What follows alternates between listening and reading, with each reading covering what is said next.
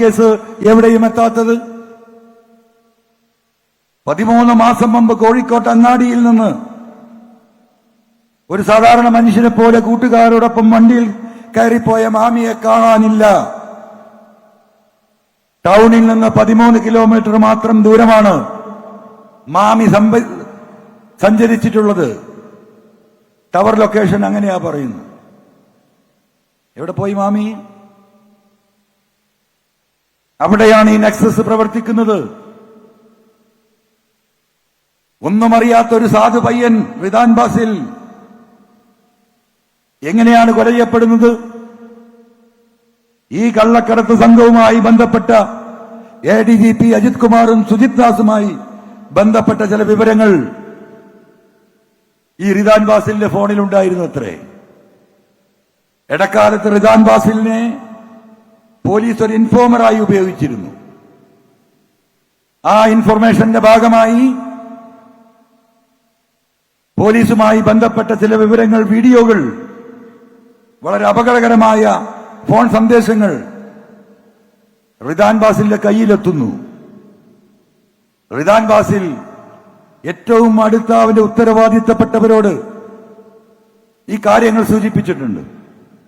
കാരണം അതിനൊരു വർഷം മുമ്പ് ഈ ഡാൻസ് ഓഫ് സംഘം ഈ റിദാൻ ബാസിലിനെ ഒരു മയക്കുമരുന്ന് കേസിൽ ഉൾപ്പെടുത്തി 1 വർഷത്തോളം ജയിലിലടച്ചതാണ്. ജയിലിൽ നിന്നാണ് മറ്റു ചങ്ങാത്തങ്ങൾ ഉണ്ടാകുന്നത്. ശിക്ഷ കഴിഞ്ഞ് പുറത്തിറങ്ങിയ റിദാൻ ബാസിൽ ഈ സംഘവുമായി ബന്ധപ്പെട്ട് സ്വർണം പൊട്ടിക്കൽ ഇൻഫോം ചെയ്യുന്ന, ചെറിയ ചെറിയ വിവരങ്ങൾ കൊടുക്കുന്ന പോലീസിന്റെ ഡാൻസ് ഓഫിന്റെ ഒരു ഇൻഫോമറായി മാറുക.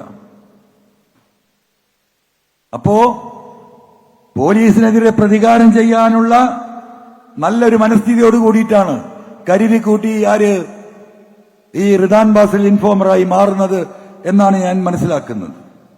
പക്ഷെ പോലീസിനത് മനസ്സിലാക്കാൻ കഴിഞ്ഞില്ല. കുറച്ചങ്ങോട്ട് പോകുമ്പോഴാണ് ഈ കള്ളക്കടത്ത് സംഘത്തിന് ഈ കാര്യങ്ങൾ പിടികിട്ടുന്നത്. എന്തിനേറെ പറയുന്നു, മലപ്പുറം ജില്ലയിൽ ഒരു പോലീസ് ഓഫീസറോട് ഈ മരിക്കുന്നതിന്റെ 2 മാസം മുമ്പ്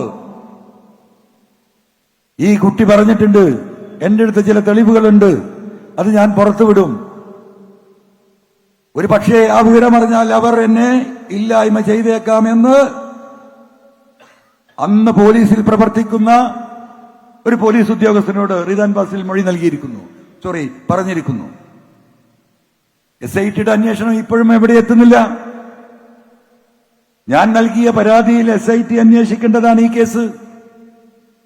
SIT അതിന്റെ ഇനീഷ്യൽ അന്വേഷണം നടക്കുന്നതിനിടയ്ക്ക് തന്നെ ഈ അന്വേഷണം മരവിപ്പിച്ച് കിട്ടാൻ എടവണ്ണ പോലീസ് ഈ കേസുള്ള മഞ്ചേരി കോടതിയിൽ വിചാരണ നിർത്തിവെക്കണമെന്നും പുനരന്വേഷണത്തിന് അവർക്ക് ഉത്തരവ് കൊടുക്കണമെന്ന് പറഞ്ഞ് അപേക്ഷ നൽകുന്നു. കോടതി ആ അപേക്ഷ അംഗീകരിക്കുന്നു. കോടതിക്ക് അങ്ങനെ ഒരു അപേക്ഷ വന്നാൽ അത് അംഗീകരിക്കുകയല്ലാതെ മാർഗമില്ല. അപ്പോ SITയിൽ നിന്ന് അത് പോയി. ഇപ്പൊ ആരാ അന്വേഷിക്കുന്നത്? മുന്നേ അന്വേഷിച്ച അതേ സ്റ്റേറ്റ് പോലീസ് അജിത് കുമാർ. അങ്ങനെ കൂട്ടുപിടഞ്ഞു കിടക്കുന്നു. ഇതാണ് നാടിന്റെ അവസ്ഥ. സുജിത് ദാസ് IPS മലപ്പുറം ജില്ലയിൽ SP ആയി വന്നതിന് ശേഷം ഈ മലപ്പുറം ജില്ലക്കുണ്ടായ പോലീസിൽ ഈ ഡാൻസ് ഓഫ് സംഘത്തെ ഉപയോഗിച്ചുകൊണ്ട് വലിയൊരു ക്രിമിനൽ സംഘം പോലീസിൽ രൂപപ്പെടുകയാണ്. അവരുടെ ജോലി മയക്കുമരുന്ന് കച്ചവടം. മയക്കുമരുന്ന് അവർ തന്നെ ഇറക്കുമതി ചെയ്യുന്നു, അത് വിൽക്കാൻ ആളുകളെ ഏൽപ്പിക്കുന്നു. അവരിൽ നിന്ന് തന്നെ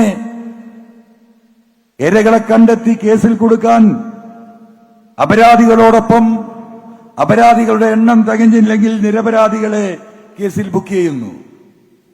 എത്ര എണ്ണം? സർക്കാർ ഉദ്യോഗസ്ഥൻ ജാമ്യം നിൽക്കേണ്ട പല കേസുകളിലും